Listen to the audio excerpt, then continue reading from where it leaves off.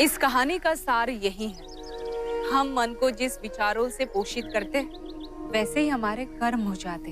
हिंसा करना सरल, क्रोध आया, ईर्ष्या हुई, घृणा हुई, अहंकार हुआ, कहीं भी वर्चस्व को चुनौती मिली तो बस शस्त्र निकल आते। किंतु अहिंसा, अहिंसा बहुत कठिन, क्योंकि अहिंसा उदारता का मार्ग है, क्षमा का मार्ग है, दया करुणा का मार्ग है। और चाहे वो क्षमा हो, उदारता हो, दया या करुणा, सब त्याग चाहते हैं और त्याग करना सबसे कठिन।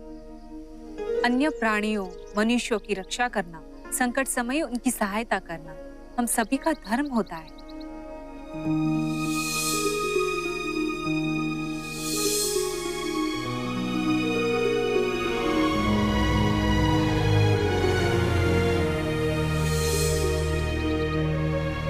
हिंसा करना सरल, कहीं भी वर्चस्व को चुनौती मिली तो बस शस्त्र निकल आते। निकलिए सम्राट, मैं लोग को रोकता हूँ।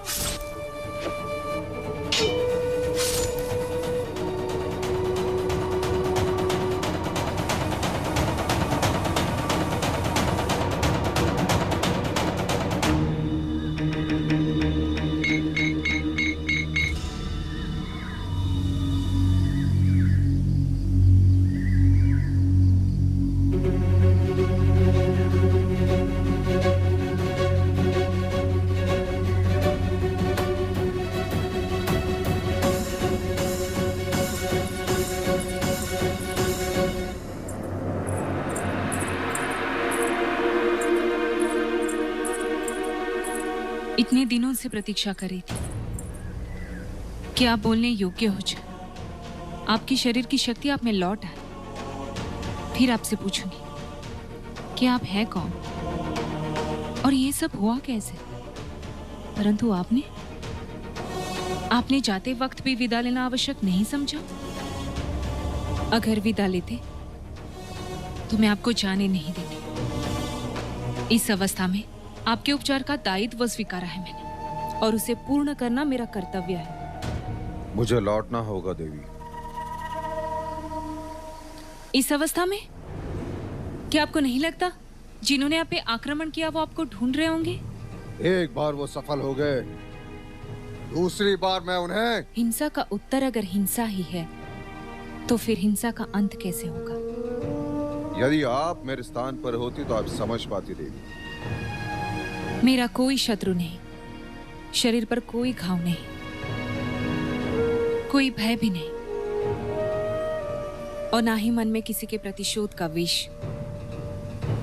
क्या आप मेरे स्थान पे होना नहीं चाहेंगे योद्धा?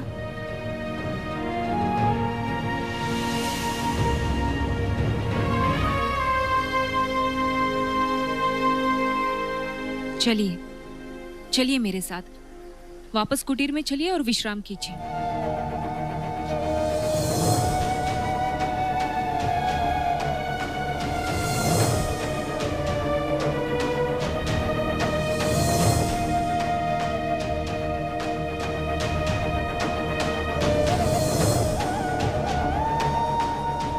जब तक आप पूरी तरह से स्वस्थ नहीं होते या फिर कोई आपका शुभ चिंतक आपको लेने नहीं आता, तब तक आपकी सुरक्षा और आपकी सेवा मेरा दायित्व है, धर्म है मेरा।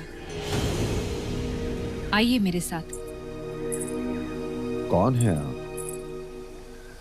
क्यों आपके साथ रहते रहते मुझे अपने अधूरेपन का आभास होने लगा है? क्यों आपके मुख से निकला हर शब्द मुझे सत्य लगता है? आपके मुख से वेदों की बातें सुनता हूं तो ये सोचता हूं, क्यों वर्जित है स्त्रियों को वेद ज्ञान?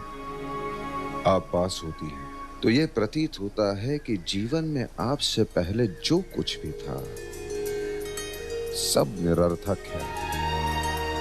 आपने मेरे प्राण बचाए। मैंने केवल अपना धर्म निभाया है।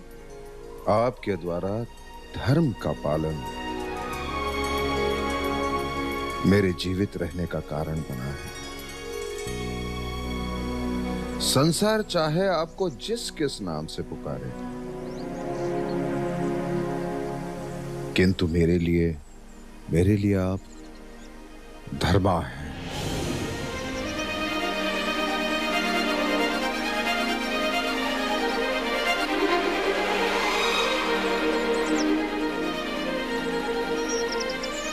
एक जीवन दान आपने मुझे पहले ही दिया है, अपनी कुटीर में स्थान देकर। अब एक जीवन दान और दे दीजिए, अपने जीवन हृदय में स्थान देकर।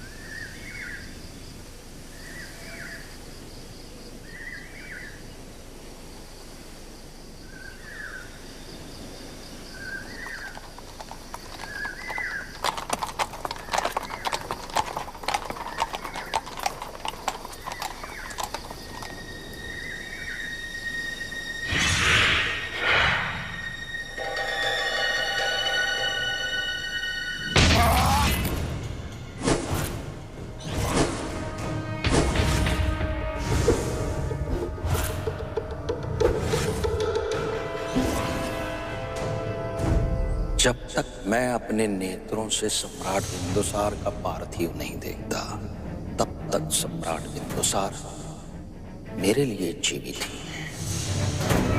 उसने सही कहा था, जिंदा हो। क्यों, मुझे जीवित देखकर प्रसन्नता नहीं हुई? क्या कह रहे हैं आप? मैंने नूर से वादा किया था कि उसके होने वाले खाविंद को जिंदा वापस लाऊंगा। अब मुझे किसी पर भी विश्वास नहीं मीर। विश्वास नहीं?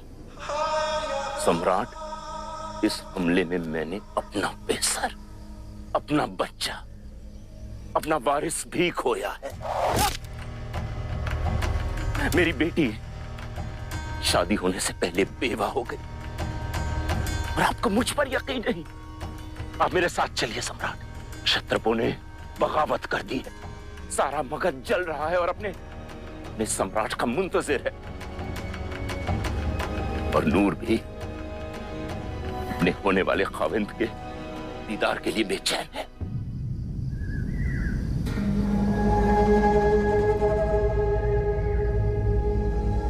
मीर, मैं आपके पुत्री के साथ विवाह नहीं कर सकता। सम्राट बिंदुसार, मीर खुरासन कुछ भी बर्दाश्त कर सकता है, इज्जती बर्दाश्त नहीं कर सकता। अगर ऐसा है तो आज के बाद मगध को किसी भी बगावत से बचने के लिए मीर खुरासन से मदद की कोई भी उम्मीद नहीं रखनी चाहिए। टूट के बिखर जाएगा आपका ये अखंड भारत। आपको हो क्या गया है सम्राट? आप क्यों नूर से शादी नहीं करना चाहते? मगध के सम्राट बिंदुसार की इस वादा खिलाफी की वजह क्या है?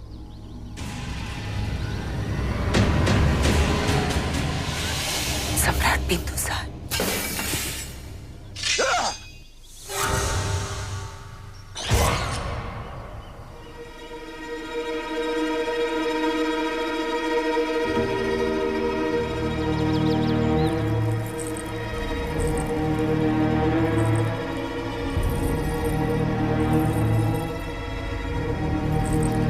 कौन हो तुम?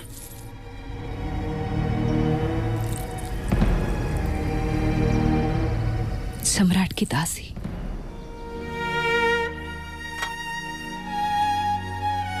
ये धर्मा है, इन्होंने मेरे प्राणों की रक्षा की है और मैंने इनसे। सम्राट, मैं बहुत भाग्यवान हूँ कि आपकी सेवा करने का अवसर मुझे मिला।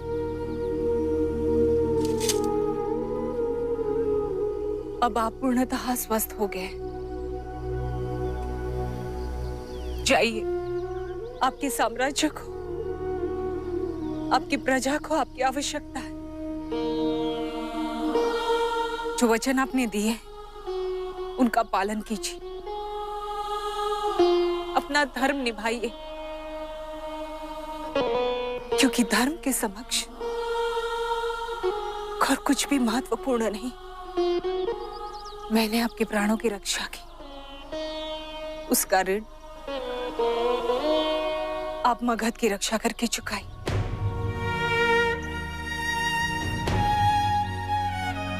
चले।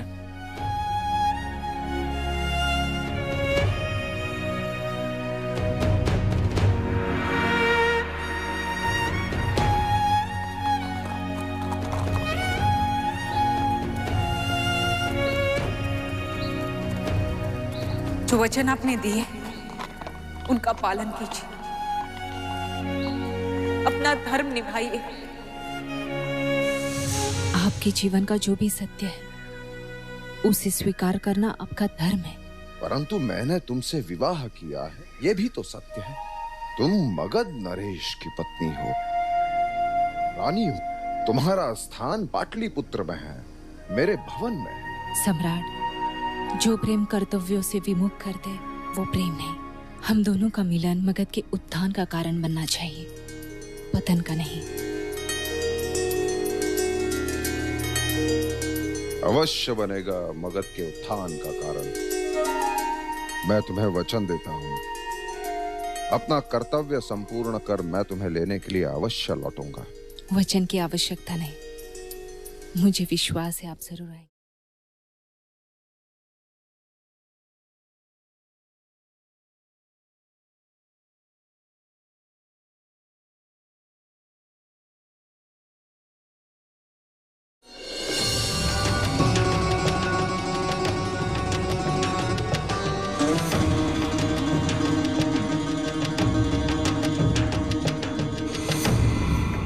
सभा ने लिए निर्णय के अनुसार सम्राट चंद्रगुप्त मौर्य और राजमाता हेलेना के ज्येष्ठ सुपुत्र राजकुमार जस्टिन को आज से मगध के रक्षा का दायित्व सौंपा जाता है।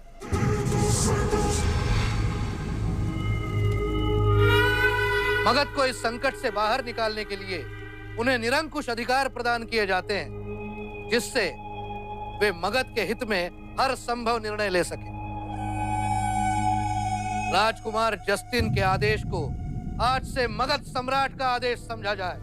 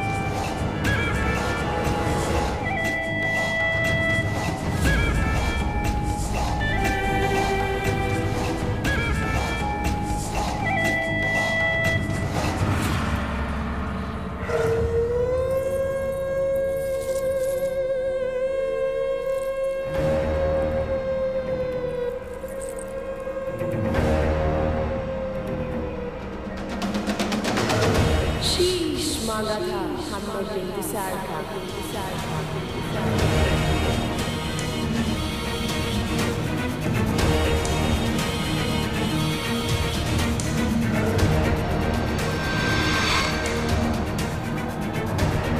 रुकिए।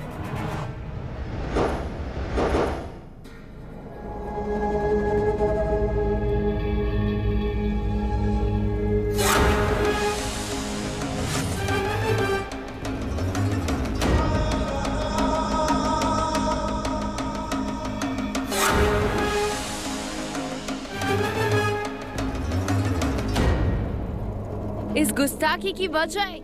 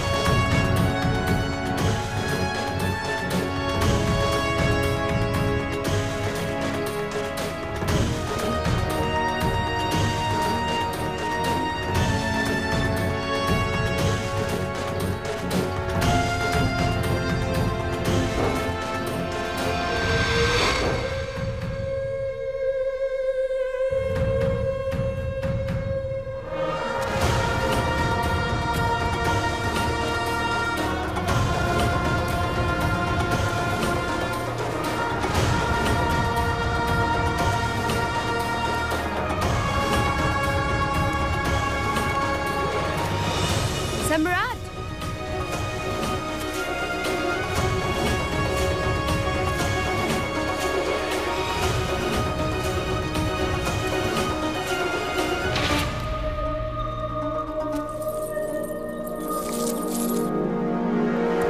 मगध का संकट टल गया।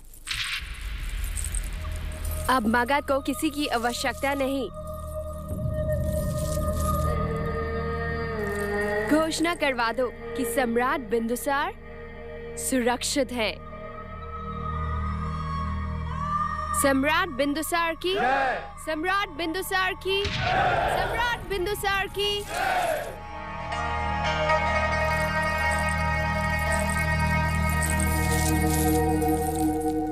मेरी स्वामी, आपको सुरक्षित देखकर आज भगवान शिव के प्रति हमारी भक्ति और भी बढ़ गई है।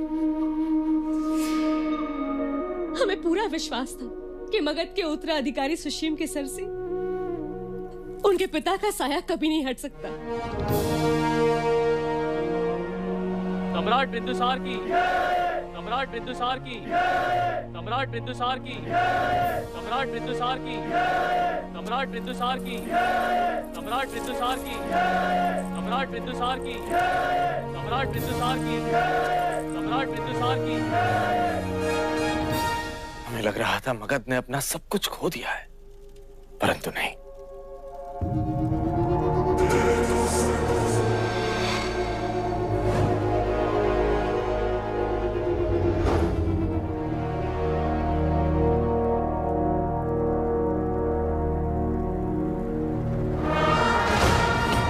सम्राट बिंदुसार की, सम्राट बिंदुसार की, सम्राट बिंदुसार की, सम्राट बिंदुसार की, सम्राट बिंदुसार की, सम्राट बिंदुसार की, सम्राट बिंदुसार की, सम्राट बिंदुसार की, सम्राट बिंदुसार की, सम्राट बिंदुसार की, सम्राट बिंदुसार की, सम्राट बिंदुसार की, सम्राट बिंदुसार की, सम्राट बिंदुसार की।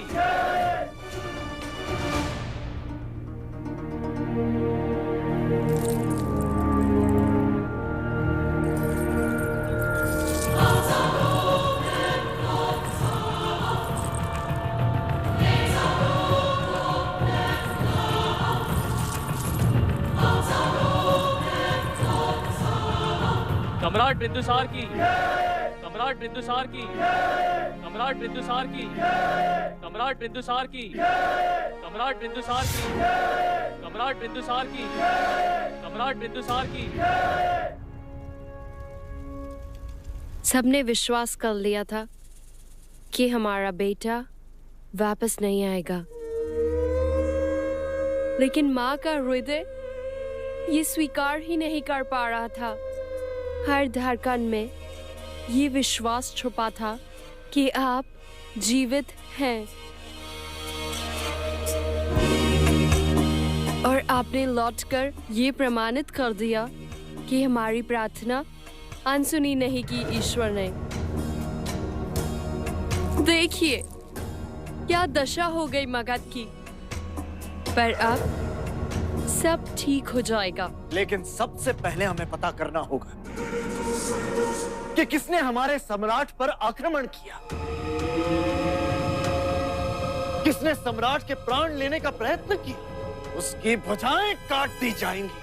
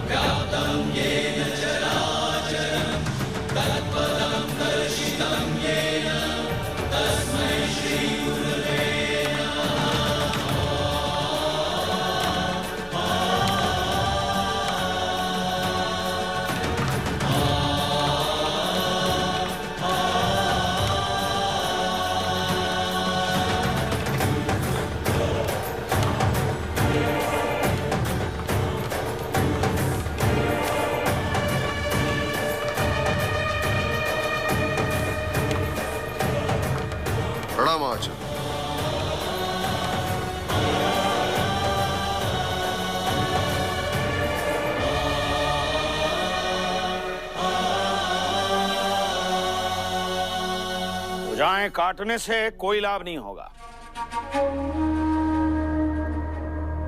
हमारा शत्रु तो वो है जिसकी आज्ञा से सम्राट की हत्या करने के लिए भुजाएं उठी, और सत्य तो हमें वही बताएगा जिसने सम्राट की हत्या करने के लिए उन पर आक्रमण किया।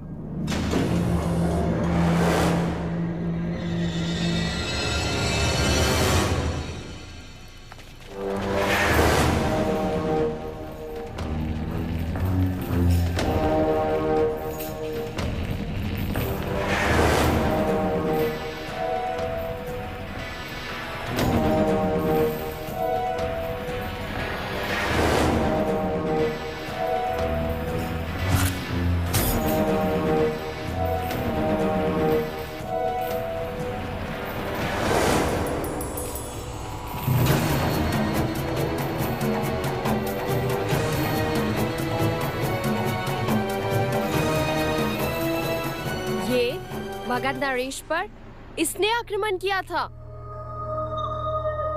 इसे ही पूछिए, यही बताएगा सत्य क्या है। बोलो सैनिक।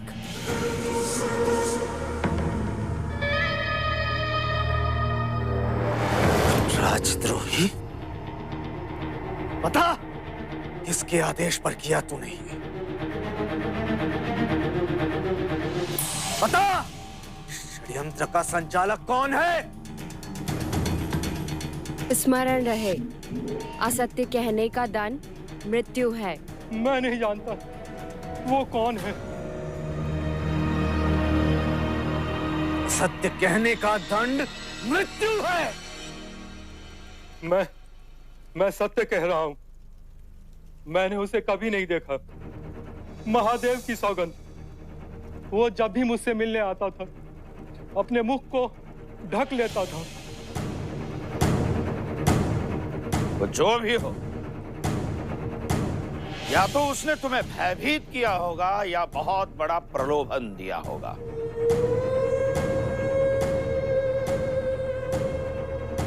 अन्यथा सम्राट पर आक्रमण करने का दुस्साहस तुम कैसे करते? हाँ, उसने मुझे धन का लोभ दिया था। इतना ही नहीं, उसने मुझसे कहा था कि नए सम्राट के बनते ही वो मुझे सेनापति बना देगा।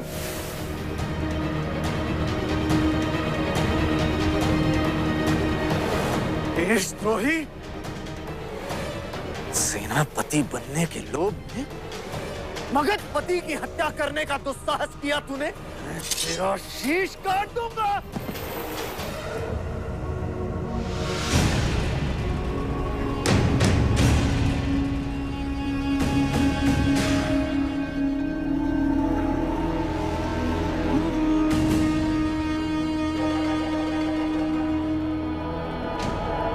वैद्यराज,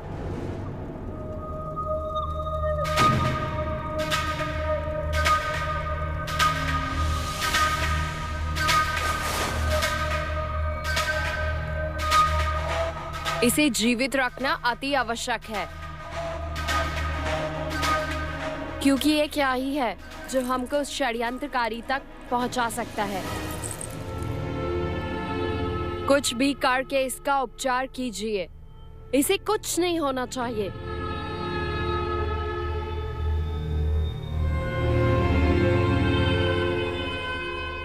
क्षमा करें राजमाता, इस विष का उपचार कोई नहीं कर सकता।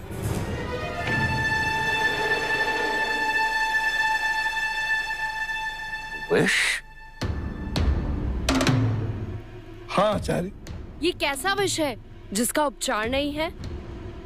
राजमाता, ये वही विष है जिसको अल्प मात्रा में लेने से शरीर विषरोधक बनता है, और यदि इसकी मात्रा अधिक हो जाए तो क्षणों में रक्त प्रवाह के साथ शरीर के सभी अंगों को प्रभावित करके प्राण ले लेता है।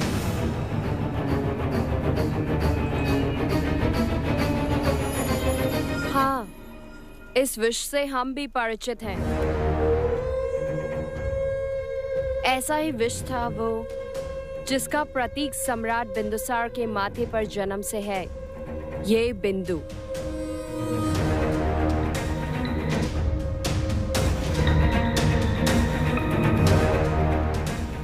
इसका अर्थ ये चिन्ह उसी विष के कारण है। हाँ सम्राट, जिस विष ने इस सैनिक के प्राण लिए हैं, वही विष आपकी माँ को दिया गया था।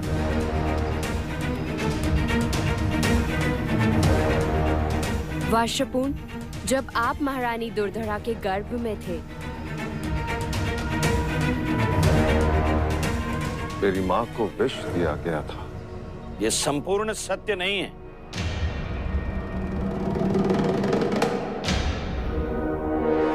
महारानी दुर्धरा की हत्या विष देकर नहीं की गई। ये सत्य नहीं है आचार्य।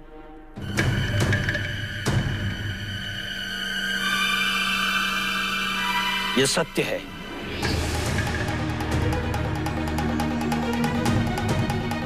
ये सत्य है, किंतु और वो विष केवल आप ही लाते थे राजभवन में। ये सत्य है या नहीं आचार्य? सत्य है, वो विष मेरी ही आज्ञा से आता था, किंतु उसका उद्देश्य, उस विष का उद्देश्य जो भी हो आचार्य, वो अमृत कभी भी नहीं बन सकता। किंतु ये एक प्रसंग है जिसके लिए हम आपको आज तक क्षमा नहीं कर सके।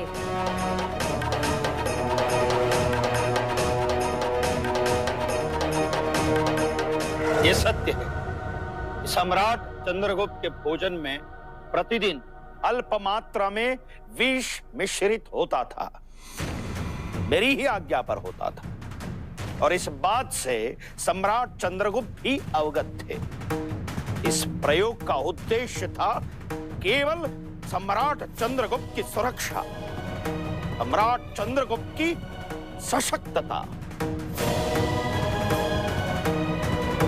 ताकि कोई भी व्यक्ति यदि सम्राट चंद्रगुप्त पर विष प्रयोग करे तो वह विष प्रयोग निष्प्रभ हो जाए।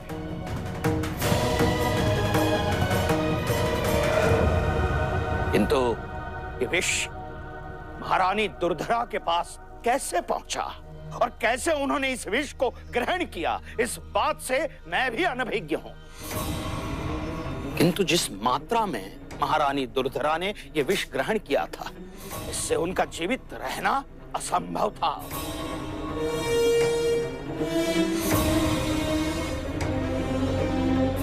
और सम्राट, आप उस समय महारानी दुर्धरा के गर्भ में थे और हम प्रयत्नशील थे कि वह विष गर्भ तक न पहुंचे। और आप मगध के उत्तराधिकारी थे और मगध के उत्तराधिकारी के प्राणों को हानि न पहुंचे, यही हमारा परम कर्तव्य था, यही हमारा धर्म था। और इसलिए महारानी दुर्धरा के शीश काटने के अतिरिक्त कोई विकल्प नहीं था।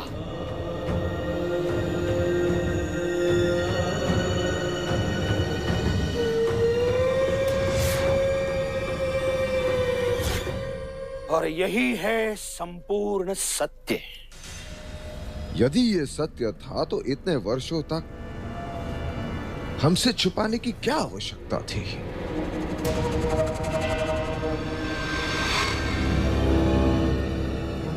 कहीं आपके कहने का तात्पर्य ये तो नहीं कि आपकी माता का हत्यारा मैं हूं?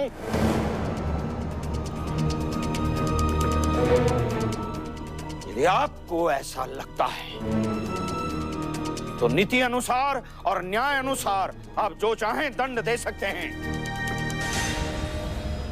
मृत्यु दंड का स्वीकार करने के लिए भी मैं तत्पर हूं, क्योंकि इस आरोप से मुक्ति पाने के लिए मेरे पास मगध के प्रति मेरी सत्यनिष्ठा, मगध के प्रति मेरा समर्पण भाव और मगध के प्रति मेरा त्याग, इससे अतिरिक्त और कोई प्रमाण नहीं है।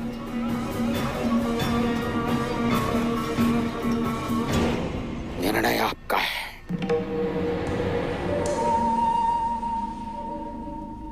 ये सही कह रहे हैं सम्राट। क्या आपको अब भी विश्वास है कि आचार्य चाणक्य निर्दोष है?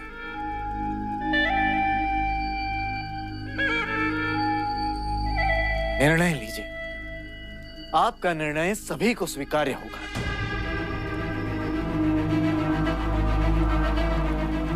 अपराध अपराध होता है, न्याय सबके लिए बराबर होना चाहिए।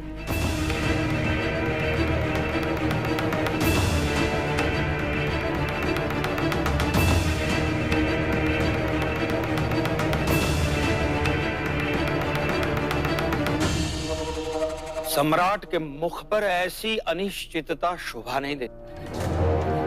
जिस साम्राज्य की सशक्तता के लिए मैंने अपना संपूर्ण जीवन समर्पित कर दिया, उसी मगध में सम्राट की दृष्टि में मेरी नैतिकता, मेरी मंशा और मेरे उद्देश्य के विषय में लेश मात्र भी संदेह दिखाई दे, तो यह संदेह इसी बात का संकेत है कि मगध में मेरा कोई स्थान नहीं है।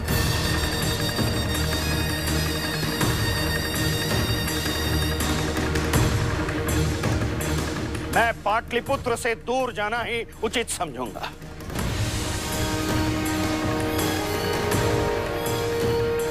अनुमति दीजिए।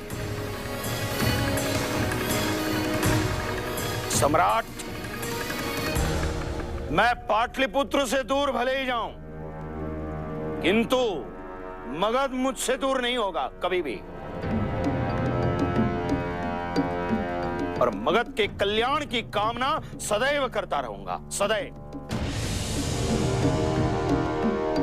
और हां, मगध को जब भी मेरी आवश्यकता हो और वंश की रक्षा के हेतु या इस साम्राज्य की सुरक्षा के हेतु, मैं मगध में अवश्य लौटूंगा।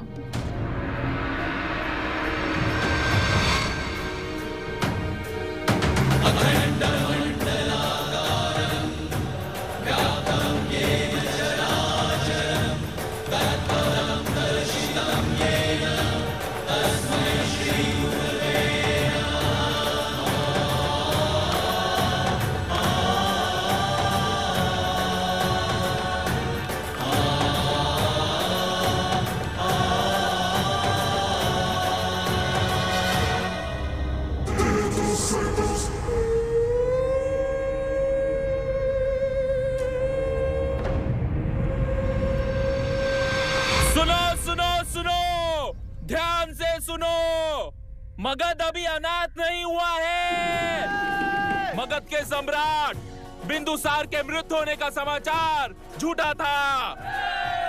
मगध के सम्राट की हत्या करने का सामर्थ्य किसी भी शत्रु में नहीं है।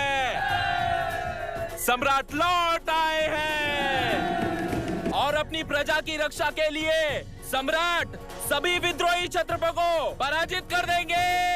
सम्राट ने अपनी प्रजा को आश्वस्त रहने के लिए कहा है और इस मुनादी के बाद जो कोई लोकवाद फैलाएगा उसे कठोर से कठोर दंड दिया जाएगा और विद्रोही सैनिकों के बारे में सूचना देने वालों को इनाम भी दिया जाएगा।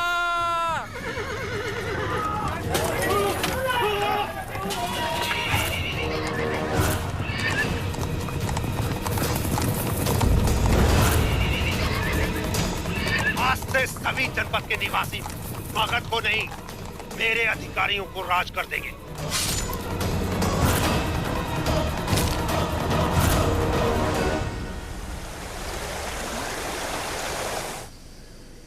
सम्राट को सूचित कर देना चाहिए। नहीं पिताजी, इस समय मगध को उनकी आवश्यकता मुझसे अधिक है और यदि सम्राट को ज्ञात हुआ कि मेरी गर्भ में उनकी संतान वास कर रही है तो कहीं उनका ध्यान अपने उद्देश्य से हट ना जाए। उन्होंने मुझे वचन दिया है पिताजी, वो अवश्य आएंगे। सम्राट बिंदुसार की, सम्राट बिंदुसार की, सम्राट बिंदुसार की, सम्राट बिंदुसार की, सम्राट बिंदुसार की, सम्राट बिंदुसार की, सम्राट बिंदुसार की, सम्राट बिंदुसार की।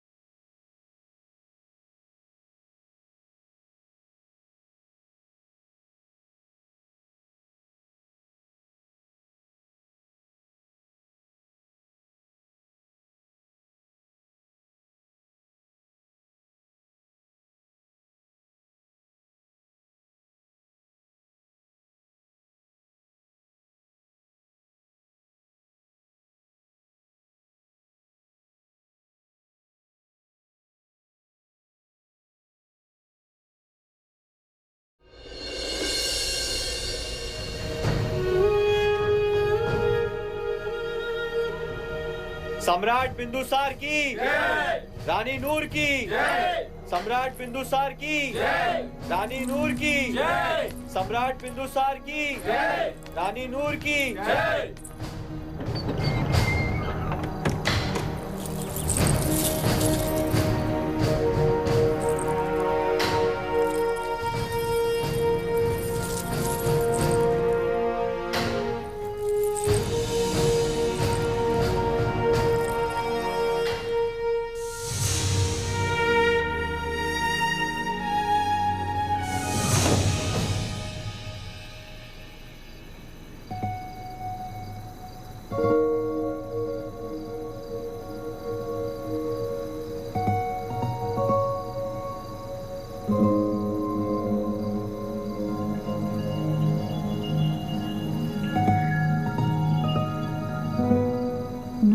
हसन का दिल तो उस दिन बुज़कशी में ही आपने फतेह कर लिया था सम्राट।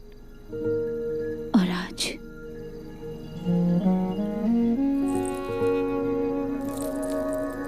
आज नूर अपना जिस्म हारना चाहती है।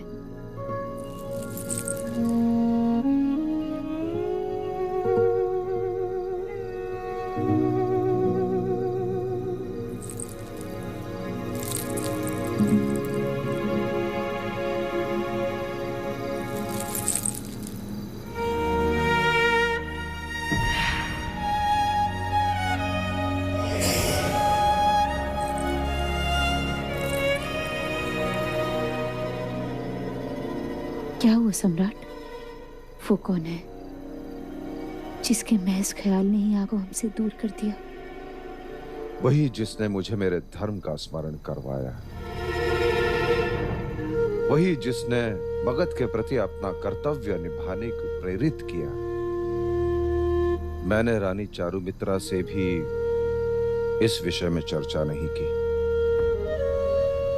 सर्वप्रथम तुम्ही से कर रहा हूं। मैं तुमसे ऐसा प्रेम कभी नहीं कर पाऊंगा।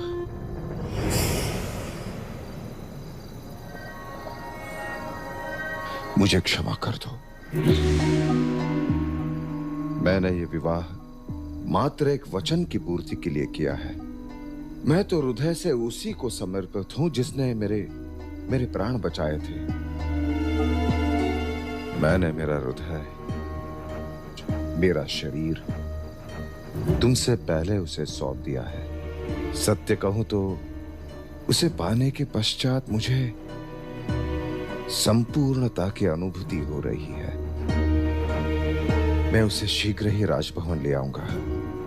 बहुत अच्छी स्त्री है वो। जब तुम मिलोगी तो तुम्हें भी उससे मिलकर प्रसन्नता होगी।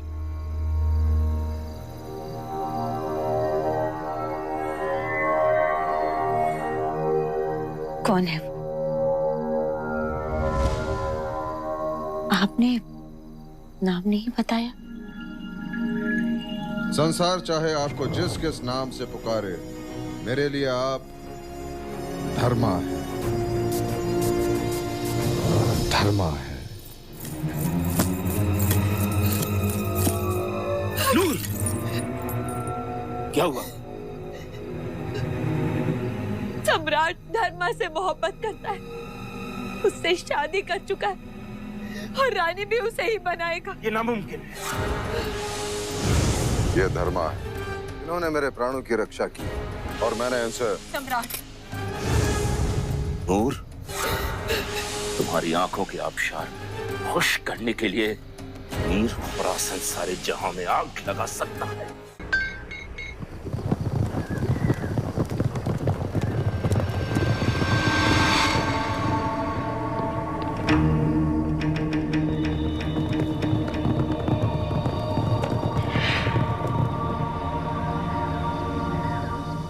मुझे विश्वास था वो मुझे बुलवाएंगे।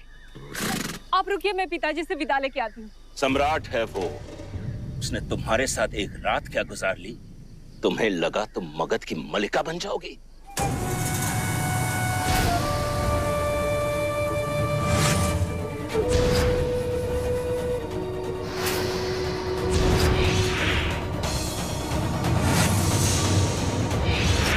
क्या कह रहे हैं आप?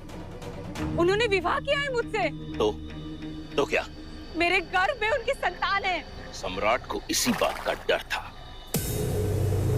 इसीलिए उन्होंने हुक्म दिया है तुम्हें जान से मारने का।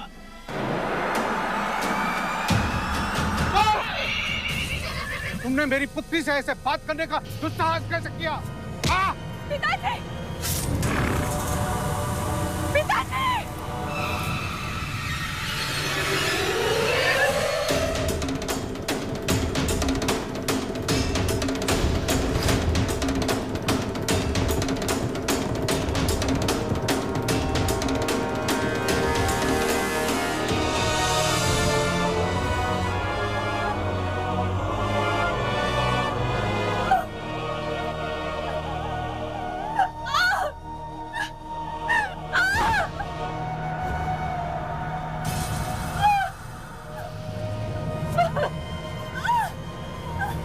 आग लगा दो इसकी कुटिया में।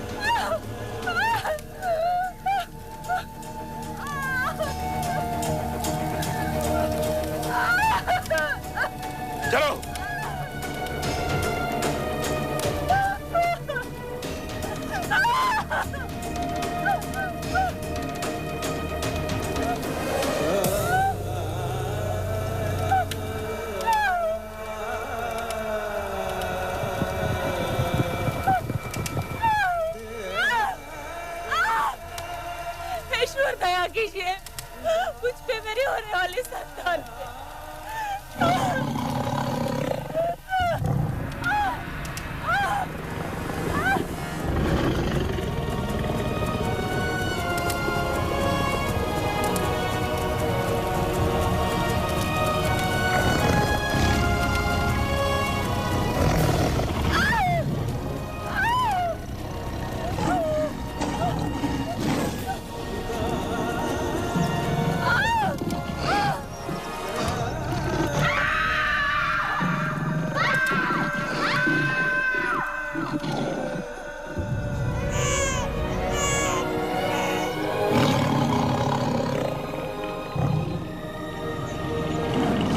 जिसे पाकर मैं शोक मुक्त हो गई, वो कहलाएगा Ashok.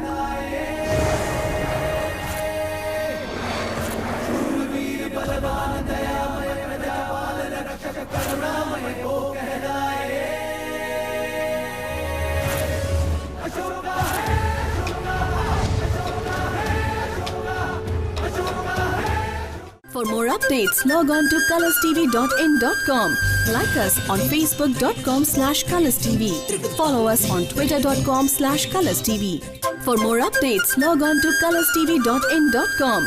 Like us on facebook.com/colorstv. Follow us on twitter.com/colorstv. For more updates, log on to colorstv.in.com. Like us on facebook.com/colorstv. Follow us on twitter.com/colorstv.